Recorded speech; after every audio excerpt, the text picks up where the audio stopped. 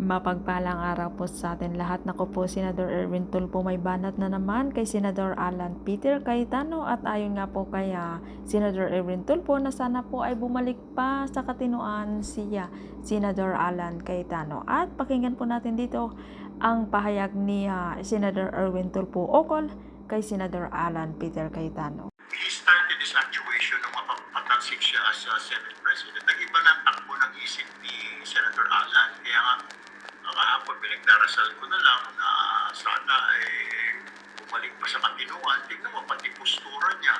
Hindi na nag-aahit. Hindi mo na maintindihan. Parang akala mo, taong krasa na.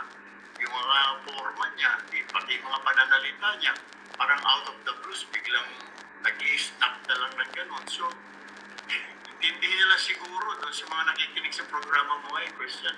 Let's just pray for Senator Alan Cayetano for his speedy recovery kasi. At ayun nga po, napakinggan po natin yung pahayag ni Senador Erwin Tulfo ukol po dito sa sinabi niya kay Senador Alan Peter Cayetano.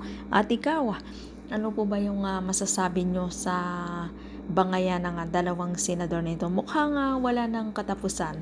At kung ikaw hindi pa nakapag-subscribe ng aking channel, mag-subscribe ka na sa aking channel, Ives K. Velasco. Maraming salamat at mapagpalang araw po sa ating lahat.